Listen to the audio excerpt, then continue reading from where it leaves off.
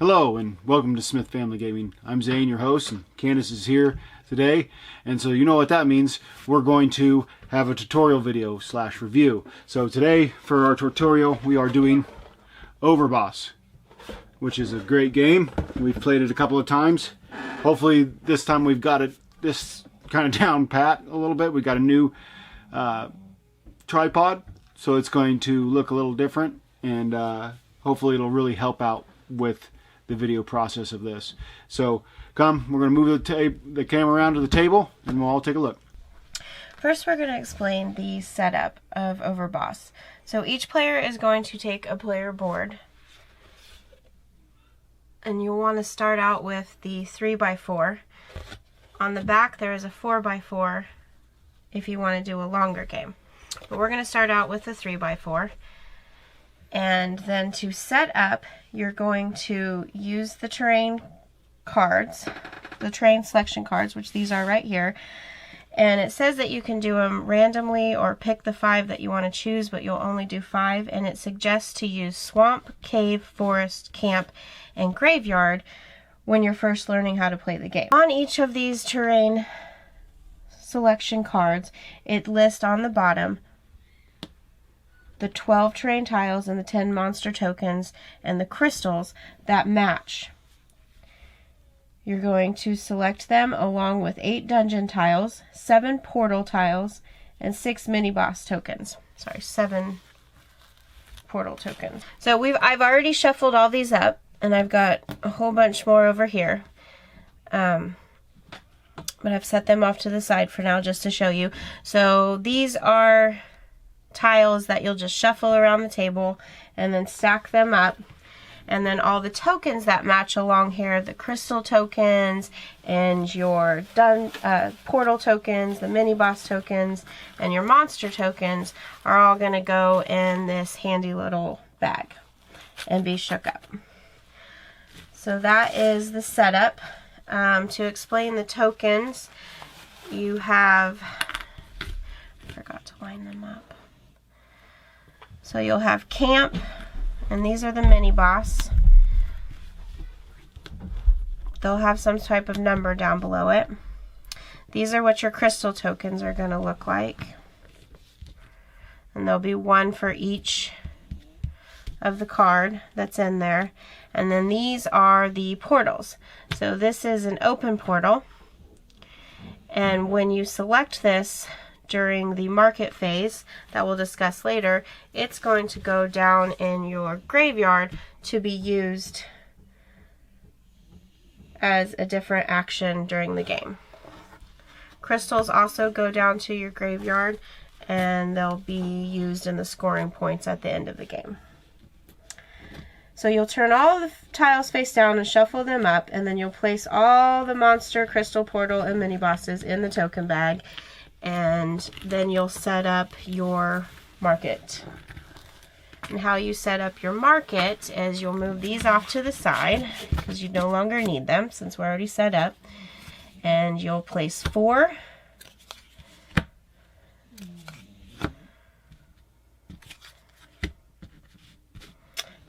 tiles in a row, and then you'll place 1 token.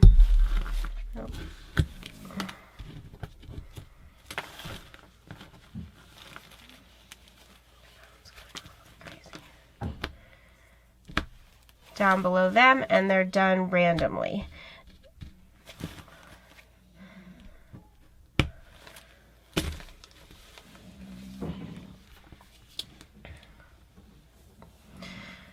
Now, Zane, would you like to explain the objective of the game?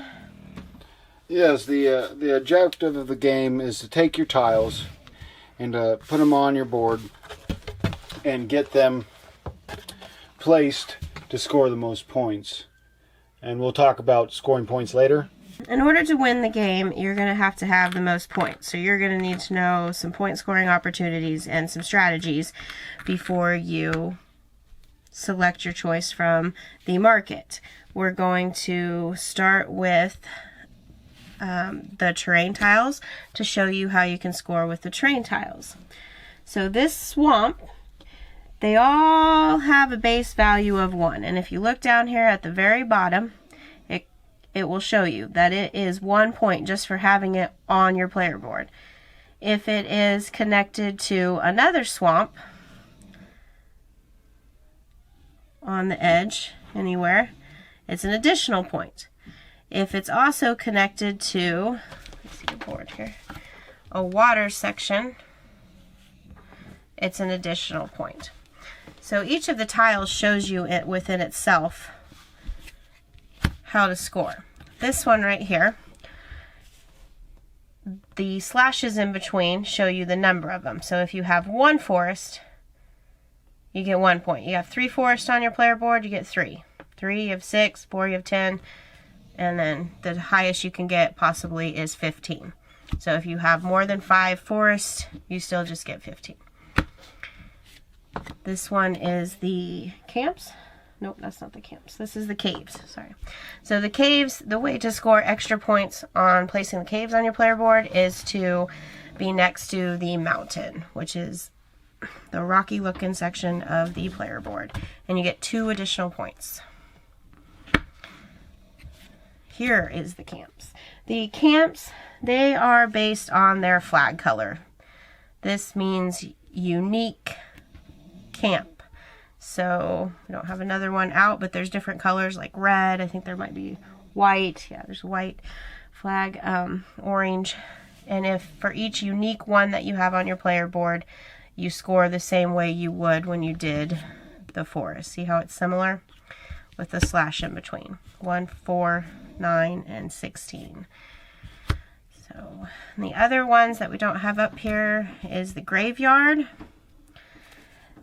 This one's kind of unique too in scoring because it doesn't have a base value. It'll have a base value of 1, 2, or 3, which is in the circle, just for being on your board. So this one would be 2, and then this right here with a little like kind of crown symbol means you're like the king of the graveyard, I guess I would look at it. If you have the most graveyards on your player board, you get 5. If you have the next most, you get 2. And you can tie, I believe. Yep, with the second most scores 2. So you have 5 or 2. And then last but not least on the train is our dungeon.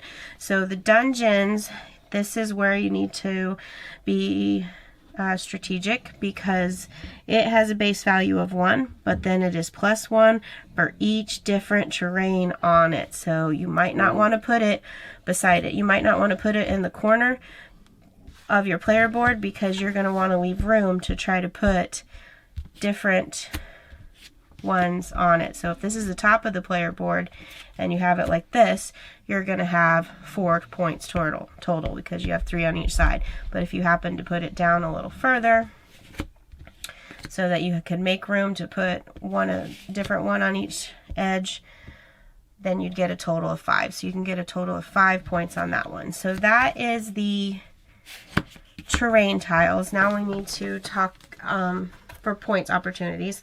Now we need to talk about the matching monsters and the bands. So with that, let's do... Would you like me to put my player board out there, honey? That might be helpful. All right. So... Let me grab these guys up too. Okay, so it doesn't really matter on your terrain if you have, let's just set all these that were out there on there. So this is the terrain. What's going to matter when you score points for monsters is if you have them in bands or matching. So say we have these here. They're all graveyards monsters, but that's also in a band. And they can go vertical and horizontal. So if they are the same type of monster, this is a graveyard monster, then you're going to get a total of points depending on the size of the band. This would be a size 2, so it's 2 points. This is a size 4, so it's 7. It's a 2, 3, or 4 size of band, because obviously you can't really go much further than 4. So it's 2, 5, or 7 in points. And then this right here, it would be considered a matching monster. So you get a point because you have a matching monster on here. So our matching monsters right here would total 7, and 2, and then 1 for a total of 10 points just for having monsters out there on there. Your mini bosses, they don't really score any extra on anything else. They are just what the number is on there. 2 points. There's nothing really special about the mini bosses. You would think that there actually was, but nope. Then the other way to score points is your crystals, and that is based on your terrain tiles. So this one is for caves. So if you collected in the market this crystal, I'm going to set it down right here so I'm not shaking it. If you collected this crystal, it would actually go down in here to your dungeon, and then at the end of the game you would use it to score, and you would get 1 point for each cave that you have on your player board. And that is your basically all you need to know about kind of how to be strategic and place everything so that you can try to get the most points. One other thing I'd like to point out is that when you complete a game, your whole board will be filled. You won't have any empty spots. This was just for representation, so don't worry about that. For this game, we are going to use the boss cards. There are some extra advanced plays that you can use, but we're going to just use the boss variant. So if you would like to show them the boss cards and how they work, when you are setting up the game, you choose to use the boss cards. Every player gets 2, and then you'll choose out of which one that you want, and then you place it in your player area face down, because it has... It's a super secret. Yeah, it's a super secret. It has an ability once you bring them out that will happen once they're spotted, which is fun and easy to see by the little eyeball here. So that means when it pops out, you will get that ability. And then this ability is a scoring ability that happens at each of game. So I will go ahead and pick one of these 2, and that'll be the one that I use. And Candace will pick one of her 2.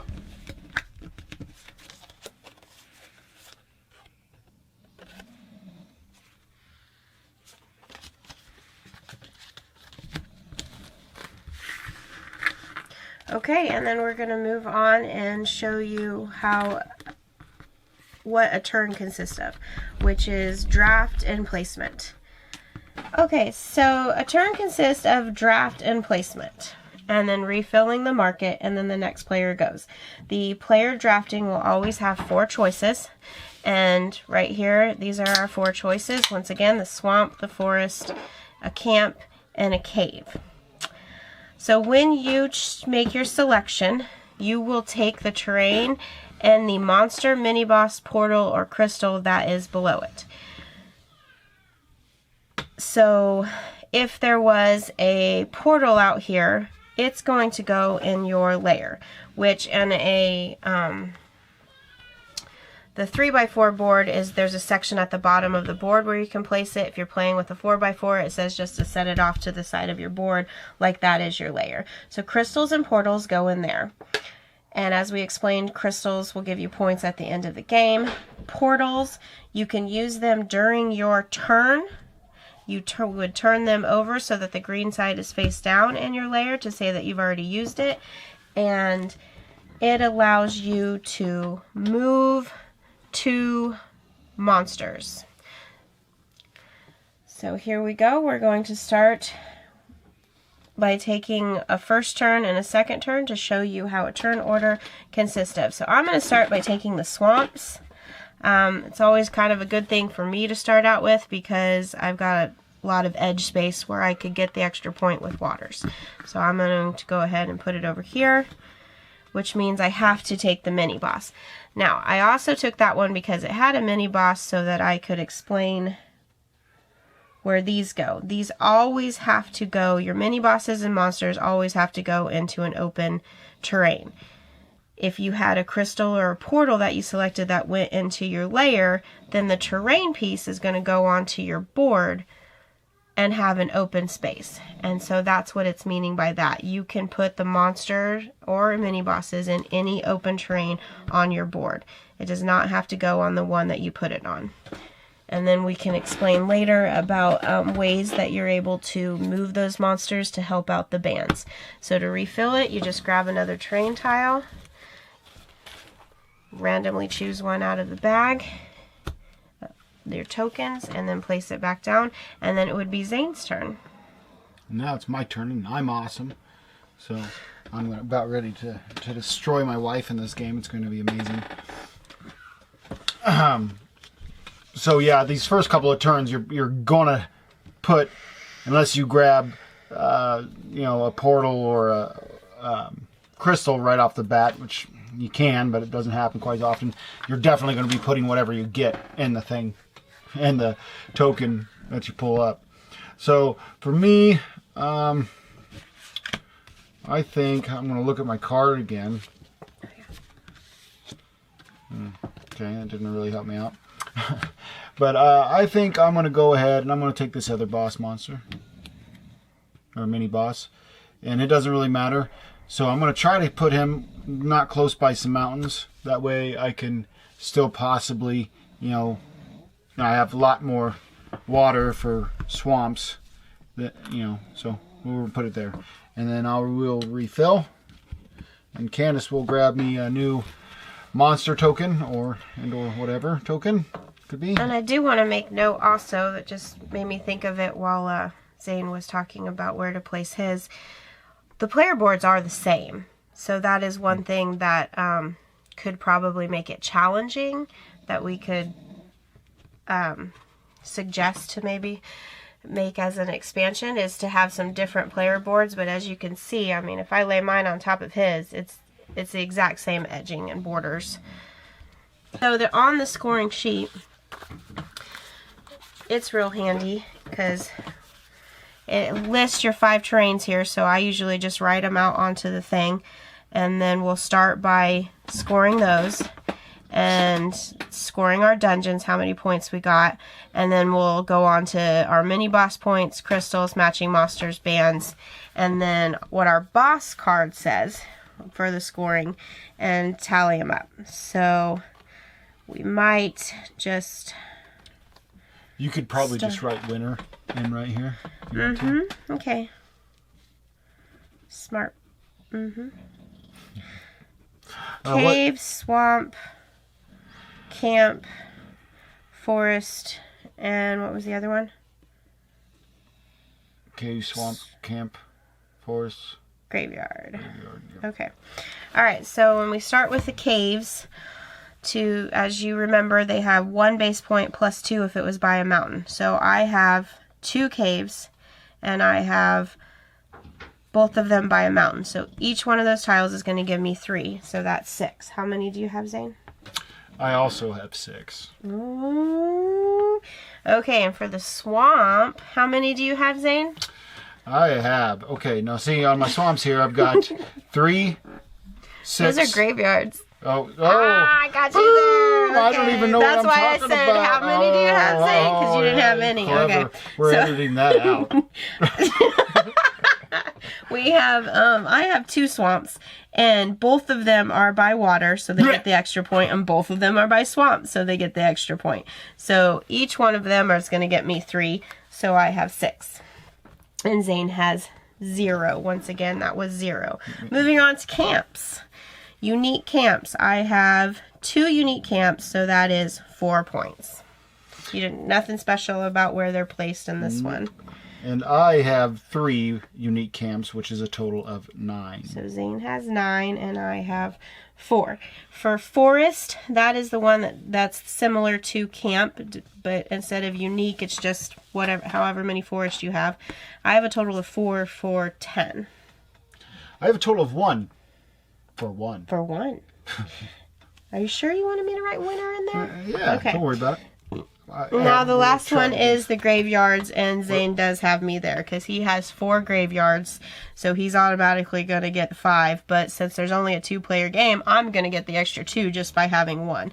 I have a base point value of 2, and then since I have the second most, I'll get an additional 2 for 4. And me, on the other hand, I've got 6, 9, plus my 5 for 14. Way to go. See, so that 10 that you just got the last turn, just make it back up. And then for dungeons, I only have 1 dungeon, but I did manage to get all my 5 because I have 4 different trains on its border. So I have 5. Okay. But he has 2 dungeons. I have 2 dungeons. And one of them's worth 5 and the other one is worth 3. So that's a total of 8. 4. 1, 2, 3, 4. Oh, you're right. Sorry. So you got 9. So I got 9. I almost had it. Okay. It's a lot easier to get 2 of them in place on a 4x4 sheet. Now we total up our mini bosses, and that's just I think all of them in here have 2 points. Yeah. So I only have 1, so I have 2 points. I have 2 also. As well. We each get 2. And then for the crystals, I think I was the only one that got... Oh, you got a crystal. You got cave. Okay, I have the camps. So I have 2 camps, and that's what this means is on your crystals, you get 1 point for every camp on there. And his has the cave on there, so 1 point for every cave. I have 2, so I get 2 points. I also have 2 caves for 2 points for myself. Okay, the matching monsters is it has to match the terrain tile. Oops. Zane's got a couple on there, and it's just 1 point for each one that matches. So I don't get anything for this one except for the band, which we'll do next. I got 1, 2, 3, 4, 5, 6. Don't mind Webba Gal, she's snoring. I got 5. You have 5? Mm-hmm. Okay. And then the bands of monsters, like we said, I've got 3 here because I've got the swamp monsters going down.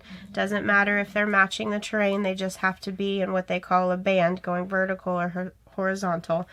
I've got, and you can use them in the same band. So this one down here, is he in that one? Yeah. Okay. This one down here is actually going to get me in this band for 2 points. Having a band of 2 gets me 2 points, and a band of 3 gets me 5 points for a total of 7 points. None of my other monsters are in a band, so I got 7. And I've got 2 and 2 for a total of 4. Now we're on our boss card scoring. My boss card says score +1 for each type of monster and mini boss on your map. Each mini boss is a unique type. So I don't get 1 for each monster that's on here. I just get 1 for having a swamp monster, 1 for having a forest, 1 for having a grave, 1 for having a cave, and 1 for having the camp for 5, and then another 1 for having a mini boss. So my boss card allows me to score an additional 6 points. Nothing too fancy there. And then what is your boss card? Mine gives me 2 points for each dungeon on the map at the end of the game. So I get a total of 4. Now I tried to get 6, but I was unable to get the other points. Okay, so now we just have to total everything up. So now I just have to do, my wizard math over here. Let's see, we got 12, 16, 26, 30, 35, 36, 37, 39, 45. 45 and 7 is 52. 58. 6, 9 is 15, 16, 20, 30, 39,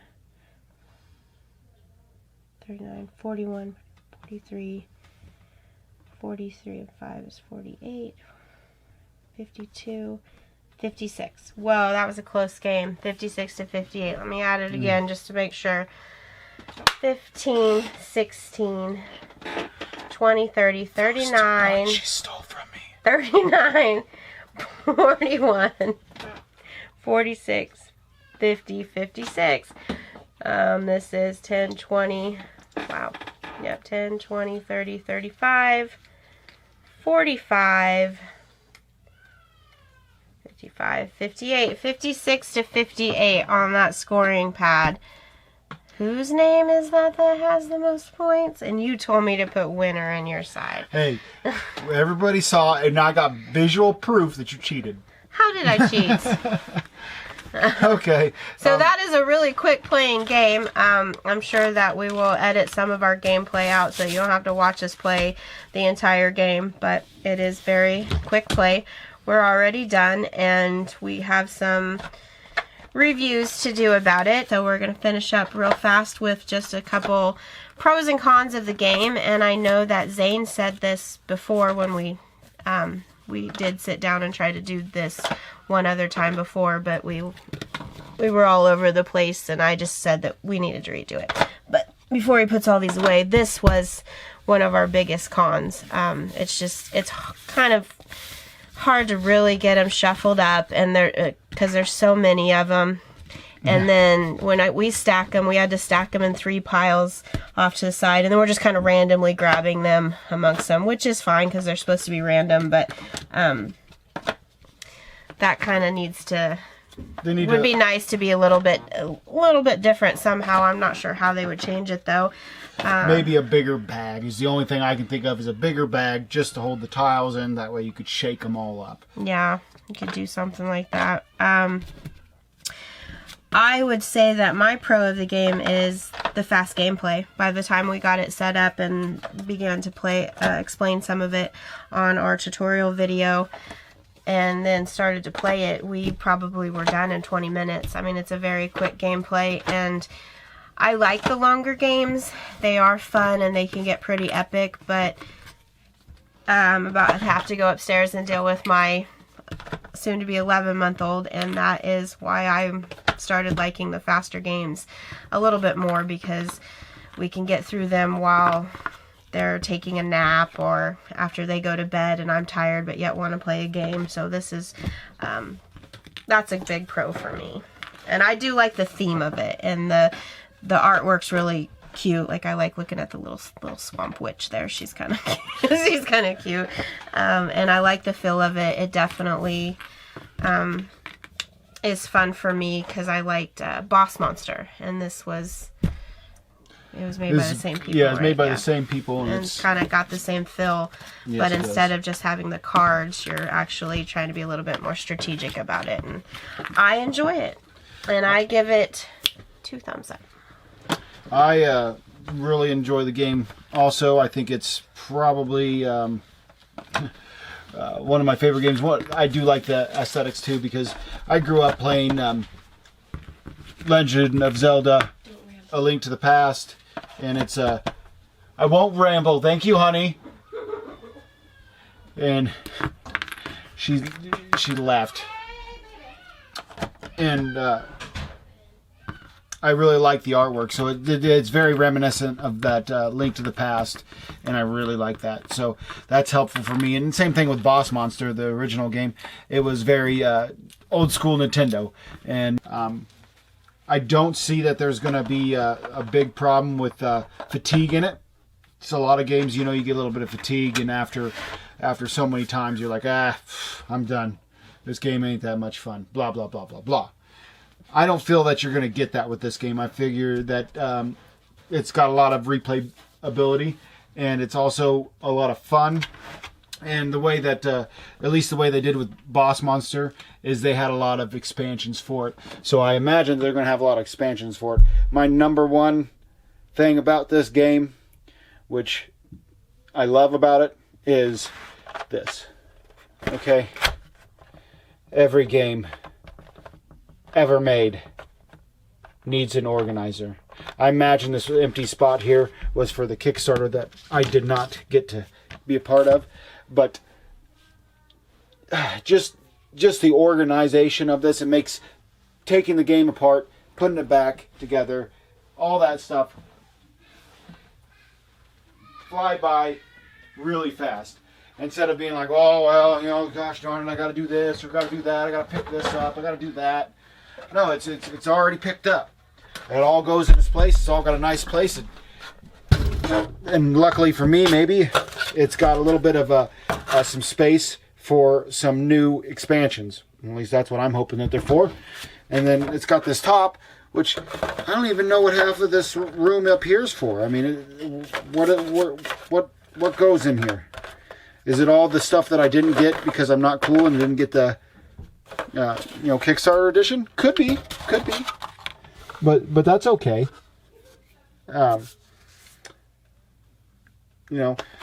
Hopefully it'll come out as an edition later, and then I can be like, okay, all right, that makes sense where all that stuff goes.